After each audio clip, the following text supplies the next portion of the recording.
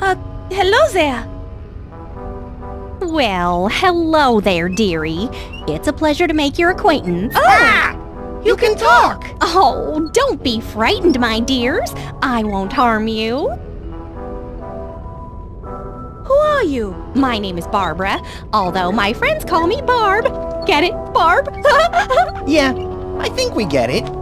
Bob, as in a sharp metal device that slowly and painfully rends flesh as it gets pushed into some poor bastard's body? That's downright hilarious. Well, maybe that guy doesn't find it so funny. Oh, just ignore him. That. Aside from torturing people, what do you do down here?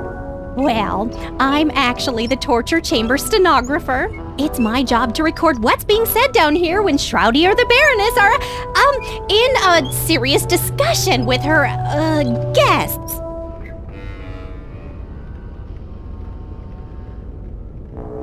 What kind of stuff have you heard? Could you tell us? Oh, sure. I don't think that would harm anything.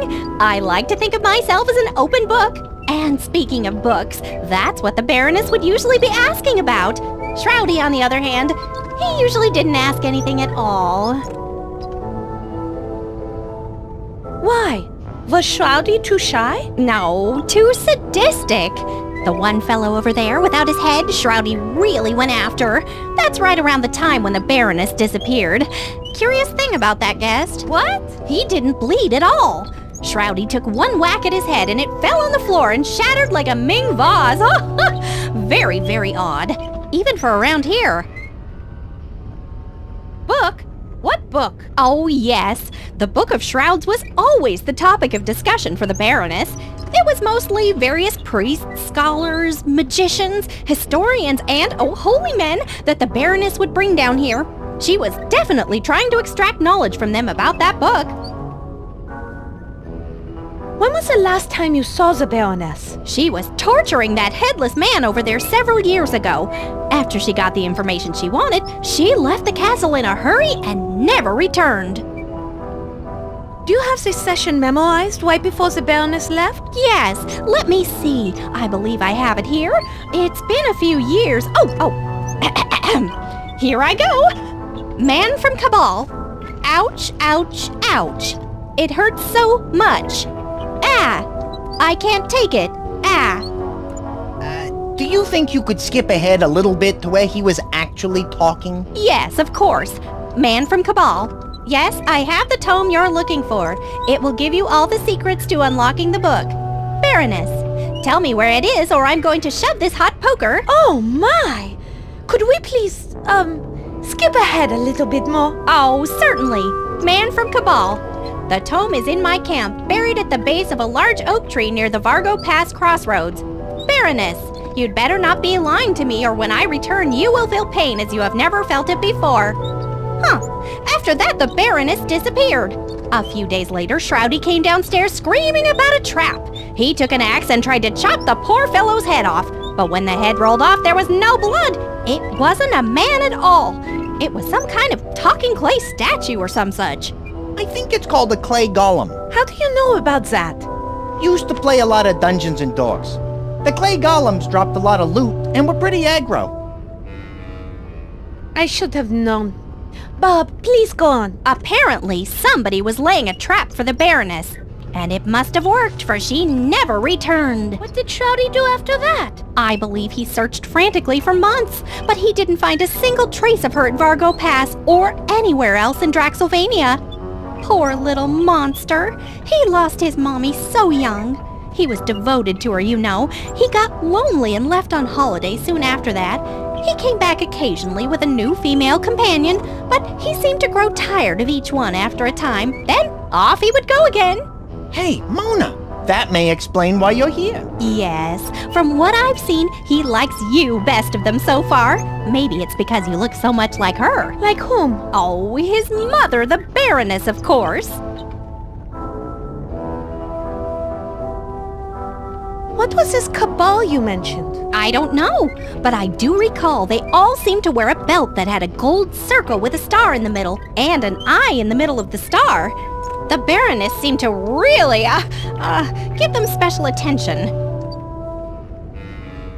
Who was the guess you speak of? The Baroness would search all over the world for priests and scholars, or even wizards and witches, and invite them to stay at the castle, all expenses paid. Let me guess. She slipped them a Mickey, and instead of the spa, they ended up down here. Right. Then she would ask me to take down everything I heard for future reference. When she was done, some went into the pit, and a few she took somewhere else. Maybe another dungeon somewhere. I don't know. As you can imagine, I don't get around much. What does being an Iron Maiden pay? Pay? Oh no, I have to do this. I'm not sure why.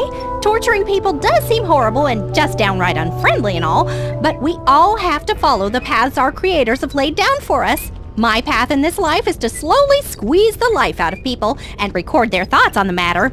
Simple, true, but still rewarding. Settle down, or Mama isn't going to be happy.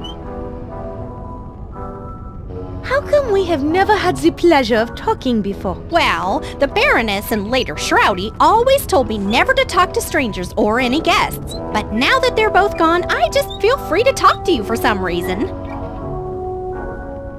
How are you able to talk? Oh, for the longest time I was scrap metal from a wrecked ship, the SS Woebegone out of Lake Superior. Then I was sold to Acme Toys, Tools, and Torture Devices in Port Varda. There I was forged and cast and shipped here.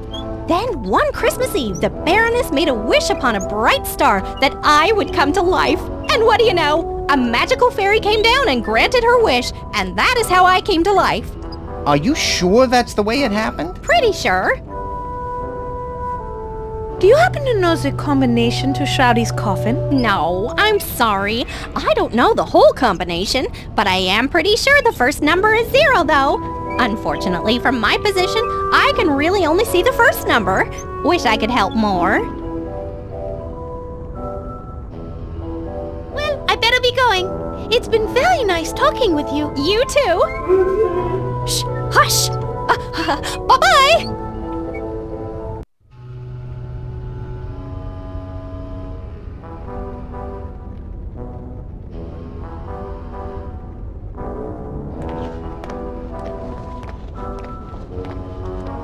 Bonsoir. Who are you? My name is Ozzy. I'm a fountain. Yeah, fountain, and I think I'm a... Well, wait, what was the question? Seems like maybe this guy's been drinking something else besides water. What do you do down here? Well, I sit around and watch things, you know, you know, there are people that come in and out of here, and sometimes I see things, and I like to write songs, but what's my name again? You said you see things around here? What kind of things? Usually, it's blokes getting tortured, but aside from that, there's usually a couple of people who come down here just before sunrise, and then they climb into them funny-looking beds. But one is a short, pasty-faced dude with a bad temperament. The other one, she's a tall, good-looking broad. You know, she looks a lot like you, actually. That's because it is me. My name is Mona. That short, pasty-faced dude you mentioned is keeping me locked in this castle against my will. That's not right. Is there anything I can do to help?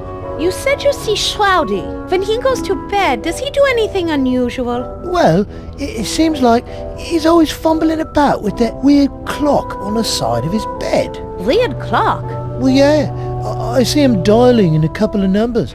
I assumed it might be a reminder he set for himself to take his meds on account of him being nuts and all, right? But I have some experience with medication myself. Or should I say, medicating myself. Ozzy, would you mind telling us the numbers he uses? Oh, yeah, right, sure. Yeah, well, I think there are 3 numbers, but I only know 2 of them. And the numbers are 3 and 7, and I know that 7 is the final number. Thank you, Ozzy. You've been very helpful. That is all I need to know.